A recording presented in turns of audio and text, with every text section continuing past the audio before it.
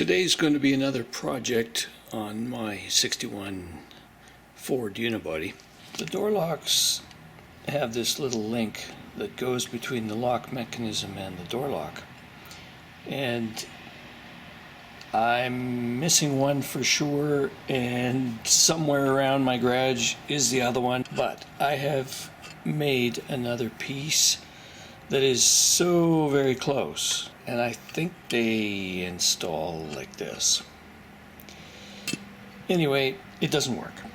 I just cannot figure out the exact angle and the length and all of that kind of stuff to make the door locks work. The original rod uses this kind of a clip on the bottom end. It's just a little slide thing, and this one has lost its tension, so it would slide off anyway, and the bottom end of the rod needs a little groove around there, so it'd be very hard to make that. I've got a 06 GMC, so I got to thinking, okay, the tailgate has all of this linkage in the back end, and they use these kind of plastic clips to hold all of the stuff together.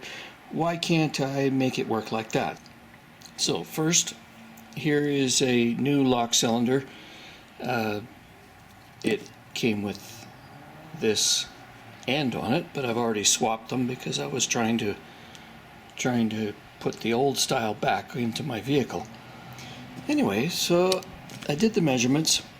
The size of hole that is required for this clip is a little bigger.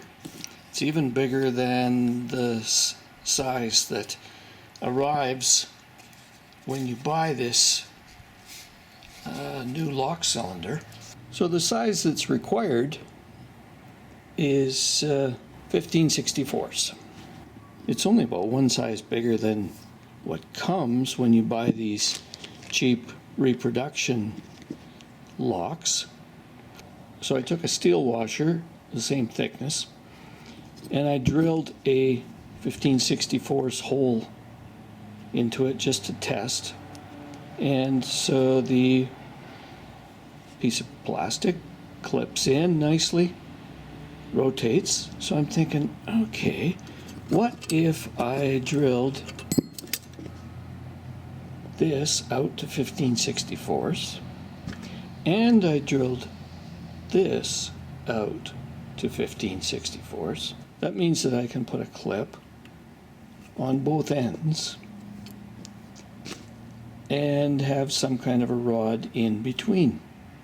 And the rod that's in between would only require one 90-degree bend at each end. By the way, these clips, guess where they're made? And so I bought from your favorite online store. Less than $10 gets me this package, and it came with, I think, six pairs of clips. And from what I'm seeing, it doesn't really matter whether I use the left-hand clip or the right-hand clip for this particular application. So I've got lots of clips. So where am I going to get a rod of the right diameter? Well, I've got one of these things that goes in my yard and tells me where the edge of my driveway is in the middle of wintertime. That's a perfect diameter. It fits right inside of these clips. How about an old oil dipstick off the 223 Ford? It had the round rod on the end, so that seems to be the right diameter as well. First step, let's get this hole drilled into the key mechanism. Second step, let's ruin a perfectly good door latch by drilling the lock hole out a little bit. Okay, I just started to give that a little bit of a pressure on there with the drill bit, and I realized, whoa, this is hardened steel.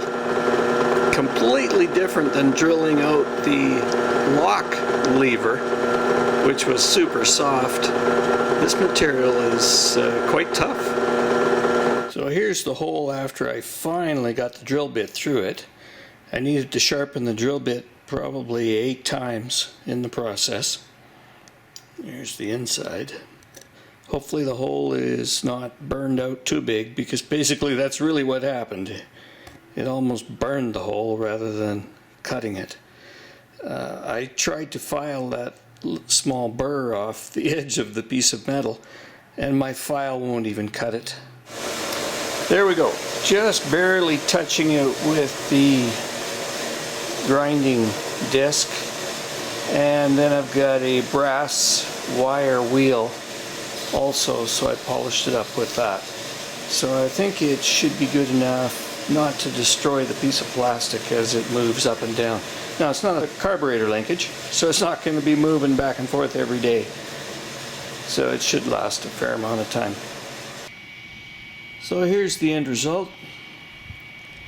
I've got a plastic clip that slips in there, and the head on the clip doesn't look like it's going to pop out. Of course, once I get a rod in there, it'll be even tighter. Well, I was really surprised at how easy these safety rods bent without breaking. So now I've got a mark here, don't know if you can see it, but I've got a mark here at 2.7 inches, so that's, and we're talking approximate here. But I'm thinking if it's a little long, I can always bend the rod a little bit or curve the rod to shorten it. So we'll see what happens. Okay, there's where I've got my mark. I've got it a little bit above the vise head, and if I hammer it, I'm hoping that it bends pretty close to centered on that red mark. We'll see. Oops, that's just a little bit more than 90 degrees. I hate to do it, but I'll have to bend it back a little bit, I think, to keep it at 90 degrees. Anyway, there it is in the vise. It's like a Z shape. Or for you below the 49th parallel, it's just like a Z shape. Okay, there's my link. However, after all that careful measurement, center to center on the bends, I ended up with 2.83. So that's not the 2.7 that I thought I was making. So it obviously bent a little long. But now the installation, and we'll just see if this works. So I'm working on the passenger door right now. Fortunately, the passenger door is off. Okay, here's my final product. Yeah, which one, you say? Well, guess what? Final product is on the left. Here's the one I started with. I thought the measurement was going to be, what, 2.7. This one ended up to be about more than 2.8 inches.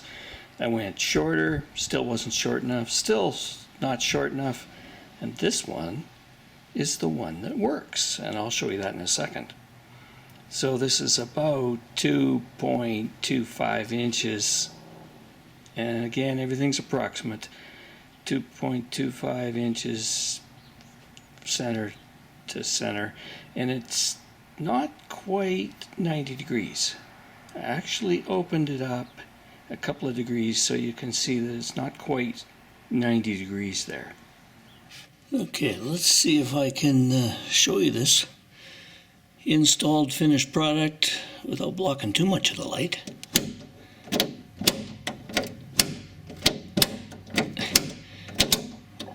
Okay, tell me that ain't working the way it's supposed to.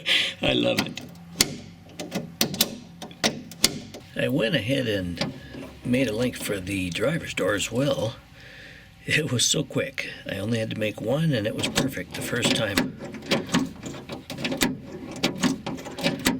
And I'm so pleased with this. It actually works a little better than the passenger door. But they're staying that way, and that's another project finished. Anyway, if you like this video, give it a thumbs up. And we'll hopefully put together a few more videos before this vehicle gets on the road. See you later.